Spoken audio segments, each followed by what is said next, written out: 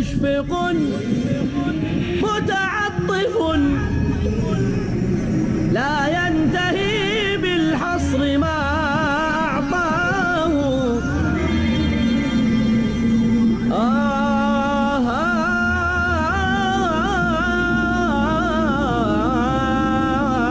رب رحيم مشفق متعطف لا ينتهي بالحصر ما أعطاه. حضرت لقمان کی نصیحتوں میں کیا تھا اپنے بیٹے کو؟ ایک بڑی جامع نصیحت کیا تھی؟ یا بنی اقم الصلاۃ وامر بالمعروف وانہ عن المنکر واصبر علی ما اصابک. اے میرے بچے نماز کو قائم رکھیو اور دیکھیو نیکی کا حکم دیجو، بدی سے روکیو، اور پھر جو تجھ پر بیتے اس پر صبر کیجو. بدی سے روکنے کے بعد یقیناً تمہیں ریزنٹمنٹ کا سامنا کرنا پڑے. کیوں مارا جا رہا تھا حضرت بلال کو، اور کیوں جو ہے ننگے بدن دہکتے ہوئے انگاروں پر لٹا دیا گیا تھا حضرت خباب بن الارت کو رضی اللہ تعالی عنہ. آخر یہی تو تواصی بالحق، اللہ کا دین، حق کی دعوت، حق کی طرف لوگوں کو بلانا. آخری بات وتواصوا بالصبر، جو میں نے عرض کیا ایک اجتماعی زندگی میں آپ کو معلوم ہے کہ اگر سیلاب کا ریلا زوردار آ رہا ہو، اکیلے اکیلے کھڑے رہیں گے تو بہہ جائیں گے، لیکن 10-15 آدمی ہاتھ میں ہاتھ ڈال کر کھڑے ہو جائیں گے تو سیلاب کا ریلا انہیں بہا نہیں سکے. اجتماعی زندگی کے اندر پھر صبر کی ایک دوسرے کو نصیحت اور وصیت. اس کے لیے سورہ آل عمران کی آخری آیت یا ایھا الذین آمنوا اصبروا وصابروا ورابطوا واتقوا اللہ. اہل ایمان صبر کرو اور صبر میں دوسروں کا، اپنے جو مد مقابل ہے، جو دشمن ہے حق کے، ان کا مقابلہ کرو، ان سے زیادہ صبر کرو. اما بعد فقد قال اللہ تبارک وتعالی كما ورد في القرآن المجید اعوذ باللہ من الشیطان الرجیم بسم اللہ الرحمن الرحیم والعصر ان الانسان لفی خسر الا الذین آمنوا وعملوا الصالحات وتواصوا بالحق وتواصوا بالصبر. رب اشرح لي صدري ويسر لي امري واحلل عقدة من لساني يفقهوا قولي. اللهم ربنا الهمنا رشدنا واعذنا من شرور انفسنا. اللهم ارنا الحق حقا وارزقنا اتباعه وارنا الباطل باطلا وارزقنا اجتنابه. اللهم وفقنا لما تحب وترضى. اللهم اجعلنا من عبادك الذين آمنوا وعملوا الصالحات وتواصوا بالحق وتواصوا بالصبر. سورۃ العصر پر ہماری 2 نشستیں اس سے قبل ہو چکی ہیں، اور پہلی 2 آیات کے بارے میں جس حد تک بھی اس محدود وقت میں ممکن تھا میں ان کے ضمن میں بیان کر چکا ہوں. تیسری آیت پر گفتگو جاری تھی، لیکن اس کے بعض پہلو ابھی آج مزید واضح کیے جانے ہیں. جو چند باتیں میں اس سے پہلے اس تیسری آیت کے بارے میں عرض کر چکا ہوں، ذہن میں تازہ کر لیں. اس میں ایک معیار ہمارے سامنے آتا ہے کامیابی اور ناکامی کا. والعصر ان الانسان لفی خسر الا الذین آمنوا وعملوا الصالحات وتواصوا بالحق وتواصوا بالصبر. اس کا نتیجہ کیا نکلنا چاہیے کہ ہمارے دلوں میں یہ بات کھپ جائے، جاگزین ہو جائے، راسخ ہو جائے کہ انسان کی کامیابی کا دار و مدار دولت پر نہیں ہے، جائیداد پر نہیں ہے، دنیاوی اقتدار پر نہیں ہے، وجاہت پر نہیں ہے، بلکہ ایمان، عمل صالح، تواصی بالحق اور تواصی بالصبر پر. گویا کہ اگر یہ 4 چیزیں نہیں ہیں تو خواہ کوئی فرعون اور نمرود کسی بادشاہت کا حامل ہو، یا قارون کی طرح کے خزانوں کا مالک ہو، یا اسے دنیا میں کسی بھی اعتبار سے بہت شہرت حاصل ہو گئی ہو، لیکن وہ شخص ناکام ہے، نامراد ہے، خائب ہے، خاسر ہے.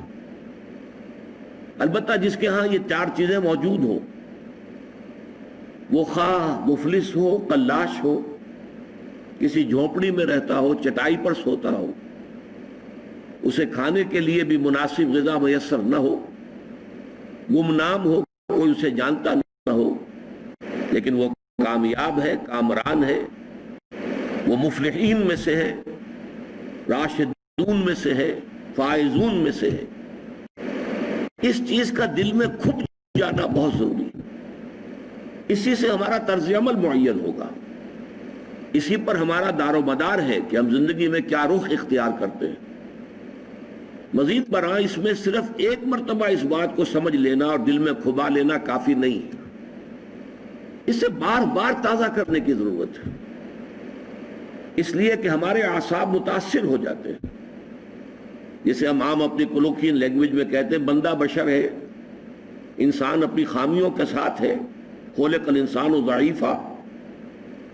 مثلا ہم جب کبھی دیکھتے ہیں کہ کوئی بڑی لمبی سی چمکیلی سی بھڑکیلی سی کار نئے ماڈل کی زناٹا کرتی ہوئی ہمارے پاس سے گزر گئی تو ایک دفعہ اعصاب میں اچھے اچھے لوگوں کے ارتعاش ہو جاتا ہے اور انسان محسوس کرتا ہے یہ بڑے خوش نصیب لوگ ہیں جنہیں یہ چیزیں میسر ہیں۔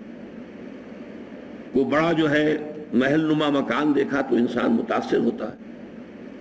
اس تاثر کو قلب سے دھوتے رہنے کے لیے ضرورت ہے کہ اس معیار کامیابی اور ناکامی کو ذہن میں تازہ کیا جائے بار بار۔ چنانچہ میں اب آج آپ کو سنا رہا ہوں کہ صحابہ کرام کا معمول تھا۔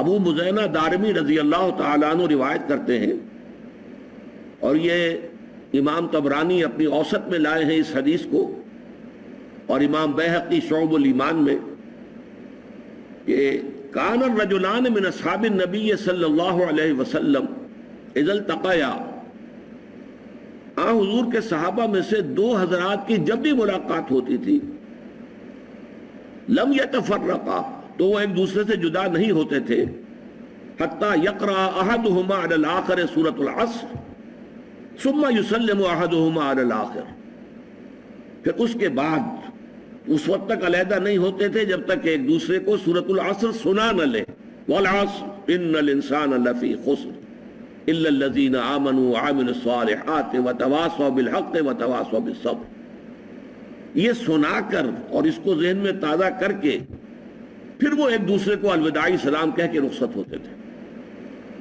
تو یہ ہے اصل میں سب سے پہلا نقطہ کہ اس چیز کو دل کے اندر جو ہے پوری طریقے سے راسخ ہو جانا چاہیے کہ کامیابی کا معیار یہ ہے، اور اگر یہ چار چیزیں نہیں ہیں تو چاہے دنیا کی ہر دوسری جس کو دنیا میں نعمتیں شمار کیا جاتا ہے ہر نعمت موجود ہو، انسان ناکام ہے۔ دوسری بات جو اس سے پہلے بیان ہو چکی ہے کہ یہاں جو انداز اور اسلوب بیان ہے اس سے معلوم ہوتا ہے کہ یہ کامیابی کے کم سے کم لوازم ہیں، اس لیے کہ اگر یوں کہا جاتا کہ یقیناً وہ لوگ جنت الفردوس میں بڑے اونچے مقامات حاصل کریں گے، اعلیٰ علیین میں ہوں گے جن میں یہ چار اوصاف موجود ہوں، تو منطقی طور پر ایک امکان پیدا ہو جاتا کہ اگر یہ نہیں بھی ہوں گے تو کم تر درجے میں کامیابی کی امید رکھی جا سکتی ہے۔ یہاں اسلوب بالکل مختلف ہے، والعصر ان الانسان لفی خسر الا الذین آمنوا وعملوا الصالحات وتواصوا بالحق وتواصوا بالصبر۔ زمانے کی قسم تمام انسان خسارے میں، ٹوٹے میں، تباہی اور بربادی سے دو چار ہو کر رہیں گے، سوائے ان کے کہ جن کے اندر یہ چار شرطیں پوری ہو جائیں۔ یہ گویا کہ جب کہ میں نے ایک کالج میں تقریر کی تھی تو میں نے کہا تھا طلبہ کی مناسبت سے کہ یہ پاس مارکس کی بات ہو رہی ہے، یہ فرسٹ ڈویژن سیکنڈ ڈویژن یا ڈسٹنکشن کی بات نہیں ہو رہی، یہ تو در حقیقت محض خسارے سے بچنے کے لوازم ہیں۔ تیسری بات ہے جو اہم ترین ہے، یہاں جو چار چیزیں لوازم نجات کی حیثیت سے بیان ہوئی ہیں، ایمان، عمل صالح، تواصی بالحق، تواصی بالصبر، یہ چاروں لازمی ہیں۔ ایک خاص بات نوٹ کیجئے کہ اکثر و بیشتر قرآن مجید میں ایمان کے ساتھ صرف ایک لفظ آتا ہے، الا الذین آمنوا وعملوا الصالحات، سورۃ التین میں بھی ہے، والتین والزیتون وطور سینین وہذا البلد الامین لقد خلقنا الانسان فی احسن تقویم ثم رددناہ اسفل سافلین الا الذین آمنوا وعملوا الصالحات۔ یہ آمنوا وعملوا الصالحات آپ کو قرآن مجید میں سینکڑوں جگہ ملے گا۔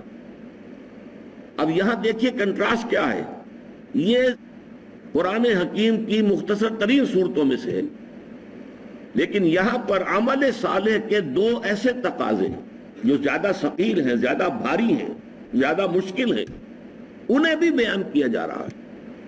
گویا کہ بحیثیت مجموعی صورت مختصر ترین ہے، لیکن لوازم نجات کے بیان میں یہاں اتناب ہے، یہاں تشریح ہے، یہاں تفصیل ہے، مزید وضاحت ہے، اس لیے کہ تواصی بالحق بھی ایک عمل ہے، عمل ہی کا دوسرا درجہ ہے۔ ایک انسان کی انفرادی نیکی ہے، اور ایک یہ کہ وہ نیکی کا پرچارک بن کر کھڑا ہو جائے، نیکی کا علم بردار بن کر کھڑا ہو جائے، حق کا داعی بن کر کھڑا ہو جائے، یہ اسی کا اگلا مرحلہ ہے۔ اور دعوت ہو، تبلیغ ہو، امر بالمعروف ہو، نہی عن المنکر، یہ بھی تو عمل ہی ہے نا۔ لیکن یہاں اس عمل کے اندر جو مضمر چیزیں ہیں، ان میں سے جو ثقیل تر اور مشکل تر جو اس کے پہلو ہیں، ان کو نمایاں کر کے سامنے رکھ دیا گیا۔ اس اعتبار سے نوٹ کیجئے کہ ان چاروں میں سے کسی کو کم کر دینے کا کسی کو اختیار نہیں۔ میں نے اسی لیے اس موضوع پر آپ کو امام راضی کا ایک قول سنایا تھا، اور آج میں اسے پڑھ کر سنا رہا ہوں نصب نفس آپ کو۔ امام راضی اپنی تفسیر کبیر میں سورۃ العصر کی تفسیر میں لکھتے ہیں، هذه الآیۃ فیہا وعید شدید، اس آیت مبارکہ میں بڑی شدید وعید ہے، بڑی زبردست دھمکی ہے اللہ تعالیٰ کی طرف سے۔ وذالک بأنہ تعالی، اور یہ اس لیے کہ اللہ تعالیٰ نے حکم بالخسار علی جمیع الناس، اللہ نے تو فیصلہ کر دیا خسارے کا، بربادی کا، تباہی کا تمام انسانوں کے لیے، جمیع الناس، الا من کان آتیا بہذہ الاشیاء الاربعۃ، سوائے ان کے، یہ مستثنیٰ ہے۔ عام قانون جو ہے وہ تو وہی ہے کہ تمام انسان خسارے سے دوچار ہوں گے، لیکن یہ ہے کہ اس میں مستثنیٰ کون ہوں گے کہ جو ان چار شرائط کو پورا کریں۔ وہی الایمان، وہ کیا ہے؟ پہلے ایمان، والعمل الصالح، دوسرے عمل صالح، والتواصی بالحق، اور تیسرے حق کی ایک دوسرے کو وصیت کرنا، والتواصی بالصبر، اور صبر کے ایک دوسرے کو تاکید کرنا۔ فدل ذالک، یہ بڑے پیارے الفاظ ہیں۔ تو اس سے دلالت ہمیں ملی، اس سے رہنمائی ملی، اس سے یہ نتیجہ نکلتا ہے، فدل ذالک علی ان النجات معلقۃ بمجموع هذه الامور، کہ نجات کا دار و مدار ان چاروں چیزوں کے مجموعے پر ہے۔ وَأَنَّهُ كَمَا يَلْزَمُ الْمُكَلَّفُ تَحْصِيلُ مَا يَخُصُّ بِنَفْسِهِ، اس لیے کہ جہاں مکلف جو ہیں، جو انسان اللہ تعالیٰ کی طرف سے جو رسپانسبل ہیں، جن کو جواب دہی کرنی ہوگی قیامت میں، جہاں ان پر کچھ چیزیں ایسی لازم ہیں، فرض ہیں، جو ان کا اپنی ذات کے ساتھ متعلق ہے۔ سچ بولو، جھوٹ نہ بولو، یہ انسان کا ذاتی فعل ہے۔ دھوکہ نہ دو، کہیں پر وعدہ خلافی نہ کرو، ذاتی فعل ہے۔ نماز ادا کرو، زکوٰۃ ادا کرو، ذاتی فعل ہے۔ تو جس طرح دین میں اللہ تعالیٰ کی طرف سے وہ چیزیں فرض کی گئی ہیں جن کا تعلق انسان کی ذات کے ساتھ ہے، فَكَذَلِكَ يَلْزَمُهُ فِي غَيْرِهِ أُمُورٌ، اسی طرح انسان پر لازم ہے دوسروں کے ضمن میں کچھ باتیں۔ دوسروں کے ضمن میں کیا باتیں ہیں؟ مِنْهَا الدُّعَاءُ إِلَى الدِّينِ، اس میں سب سے پہلی بات یہ ہے کہ لوگوں کو دین کی دعوت دی جائے، دین کی طرف بلایا جائے۔ متعطف وَأَنَّهُ كَمَا يَلْزَمُ الْمُكَلَّفُ تَحْصِيلُ مَا يَخُصُّ بِنَفْسِهِ، اس لیے کہ جہاں مکلف جو ہیں، جو انسان اللہ تعالیٰ کی طرف سے جو رسپانسبل ہیں، جن کو جواب دہی کرنی ہوگی قیامت میں، جہاں ان پر کچھ چیزیں ایسی لازم ہیں، فرض ہیں، جو ان کا اپنی ذات کے ساتھ متعلق ہے۔ سچ بولو، جھوٹ نہ بولو، یہ انسان کا ذاتی فعل ہے۔ دھوکہ نہ دو، کہیں پر وعدہ خلافی نہ کرو، ذاتی فعل ہے۔ نماز ادا کرو، زکوٰۃ ادا کرو، ذاتی فعل ہے۔ تو جس طرح دین میں اللہ تعالیٰ کی طرف سے وہ چیزیں فرض کی گئی ہیں جن کا تعلق انسان کی ذات کے ساتھ ہے، فَكَذَلِكَ يَلْزَمُهُ فِي غَيْرِهِ أُمُورٌ، اسی طرح انسان پر لازم ہے دوسروں کے ضمن میں کچھ باتیں۔ دوسروں کے ضمن میں کیا باتیں ہیں؟ مِنْهَا الدُّعَاءُ إِلَى الدِّينِ، اس میں سب سے پہلی بات یہ ہے کہ لوگوں کو دین کی دعوت دی جائے، دین کی طرف بلایا جائے۔ ادعو الى سبیل ربک بالحکمت والموعظۃ الحسنۃ وجادلهم باللتی احسن۔ اب اصل زور کس پر ہے؟ یہ لازم ہے، یلزم، لازم ہے، یہ فرض ہے۔ یہ اضافی نیکی نہیں ہے. عام طور پر ہمارا تصور یہ ہے کہ یہ تو بڑے اونچے نیکی کے کام ہیں، عام آدمیوں کے کرنے کی باتیں نہیں ہیں، بلکہ اس سے بھی بڑھ کر جو ہمارے ہاں مغالطہ ہے وہ تو یہ کہ یہ تو علماء کے کرنے کے کام ہے، یہ عام مسلمانوں کے کرنے کا کام نہیں ہے. انہی مغالطوں کو رفع کرنا در حقیقت یہ منتخب نصاب جس کا کہ سلسلے وار درس ان مجالس میں ہو رہا ہے، اس کا مرکزی مقصد یہی ہے. قرآن مجید سے یہ بات سامنے آ جائے کہ بحیثیت مسلمان ہمارے فرائض کیا ہیں، ہم کن چیزوں کے لیے مکلف ہے عند اللہ، اللہ تعالیٰ کی طرف سے کن کن چیزوں کی ذمہ داری ہمارے اوپر ڈالی گئی ہے جن کا کہ محاسبہ ہوگا قیامت کے دن. انہ کما یلزم المکلف تحصیل ما یخص نفسہ فکذالک یلزمہ فی غیرہ امور منها الدعاء الی الدین، دین کی دعوت دینا، والنصیحہ، نصیحت ہے، تاکید ہے، وصیت ہے، اچھی بات کا کہنا ہے، والامر بالمعروف والنہی عن المنکر، اور امر بالمعروف اور نہی عن المنکر ہے. یہ چیزیں بھی لازم ہیں، یہ ضروری ہے. اصل میں یہ بات میں چاہتا ہوں آپ اچھی طرح سمجھ لیں. ہماری امت میں جو زوال آیا ہے اس کے اسباب تو بہت سے ہیں، لیکن یہ کہ اس کا ایک بہت بڑا مظہر کیا ہے وہ یہ ہے کہ ہماری امت کی عظیم اکثریت یہ سمجھتی ہے، مانتے تو ہیں جنت کو، دوزخ کو، محاسبہ اخروی کو، لیکن یہ کہ سمجھتے ہیں کہ جب ہم مومن ہیں، جب مسلم ہیں تو مومن ہیں تو نجات تو ہماری ہو جانی ہے. یہ تصور جیسے یہود میں عام ہو گیا تھا، لن تمسنا النار الا ایاما معدودات یا معدودہ، دو جگہ قرآن میں یہ مضمون آیا ہے، ہمیں تو آگ چھو ہی نہیں سکتی مگر گنتی کے چند دن. تو ہم بھی کہتے ہیں ہمارے شاعروں نے اس تصور کو اتنا بڑھایا ہے، اسیاں سے کبھی ہم نے کنارہ نہ کیا پر تو نے دل آزردہ ہمارا نہ کیا. ہم نے تو جہنم کی بہت کی تدبیر لیکن تیری رحمت نے گوارا نہ کیا. یہ قرآن مجید کے مطابق تو یہ بات صحیح نہیں ہے. جہنم کی تدبیر کرو گے تو جہنم ہی میں جاؤ گے. اللہ تعالیٰ زبردستی کسی کو جنت میں داخل کرنے والا نہیں ہے، اور جنت کا معنی ہے تو محنت کرنی ہوگی، اس کے لیے محنت اور مشقت کرنی ہوگی، اس کے لیے ایمان اور عمل صالح اور تواصی بالحق اور تواصی بالصبر کے تقاضے پورے کرنے ہوں. لہذا یہ ہمارے ہاں جو اللہ تعالیٰ کی صفت غفاری اور اللہ تعالیٰ کی صفت رحیمیت کا حوالہ جو ہے دے دیا جاتا ہے. ما غرک بربک الکریم ایک مرکزی مضمون ہے یہ اس سورت کا جو آخری پارے میں ہے، سورۃ الانفطار. تمہیں کس چیز نے دھوکے میں ڈال دیا اپنے رب کے بارے میں؟